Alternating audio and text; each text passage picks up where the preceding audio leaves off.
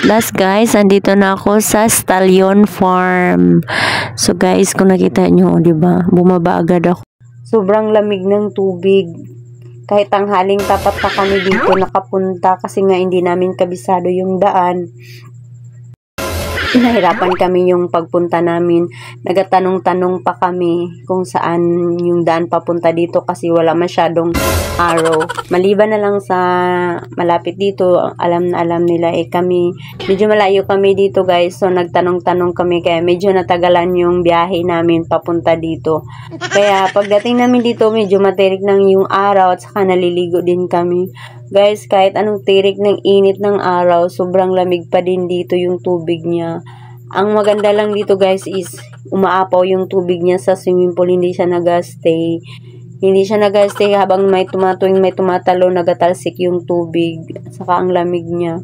So yung kasama ko guys, hindi na siya naliligo. Kasi nga, tapos na daw siyang naligo. Kaya ako lang muna yung naga-swimming. May mga kasabay din naman ako na naliligo. Pero mas maganda talaga kung nakisabay sila sa akin naligo. Pero dahil ayaw nila, kaya ako na lang daw. At i-enjoy ko daw yung araw. Kahit 30 minutes lang kami dito nagligo. Kasi nga medyo sobrang init. Damdam ko talaga yung init. Pero yung lamig din ng tubig mas umiibabaw sa katawan ko guys. So oh my God. So ayan guys, yung ginawa ko, paikot-ikot lang ako, palipat-lipat sa kabila, lang yun, diba?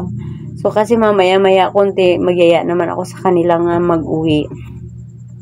So ayan guys, so sa Maragbalak magpunta dito na maliligo. Mura lang yung entrance dito, 30. Yung pagpunta ko dito guys, nirenovate pa lang yung hagdan nila, inayos pa. Meron dito yung hagdan na ilang step. Nirenovate pa, baka kung kayo makapunta dito more views pag yan ang makikita nyo.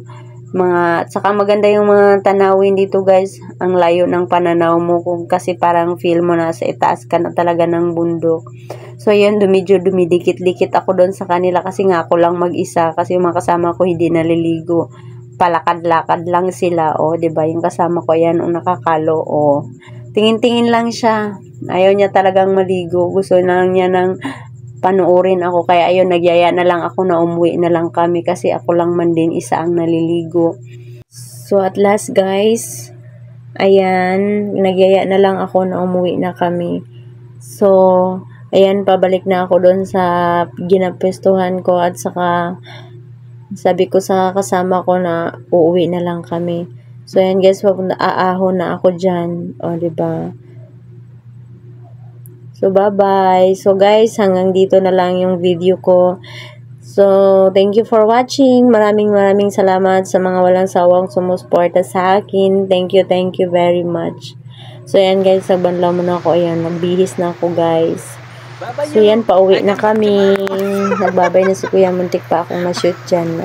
Hindi lang halata kasi sa taas yung camera. O, diba? Bongga. So, ayan guys, may yung hagdan nila guys. Hindi na ako nagpunta doon sa taas. So, nakikita nyo, ayan. Nauna na ang mega ko. Kaya, yung driver na lang yung cameraman namin. O, diba? Iniwan niya na ako. So, guys, baka kung kayo nakapunta dito, puno na ito ng bulaklak. Kasi yung pagpunta namin dito, medyo konti-konti yung bulaklak na namumulaklak. So, meron dito yan sila guys na hagdan. Kung aakyat ka dito, hindi ko alam kung ilang step to. O, diba? Sobrang taas nito, guys. Ayoko nang mag-akyat. Baka yung ko dito, hininga ko. Yung ilong ko lang, char. Ma-flat nose. O, diba? Judian. Hoy, mamang. Baba na dra, girl. O, diba? Nag-picture lang naman ako dyan. So, yan, guys. Ipakita ko sa inyo kung gaano kahaba yung hagdan nila. O, diba? O, see? Kaya, ayoko nang umakyat, guys. Sobrang tirik pa ng init. O, diba?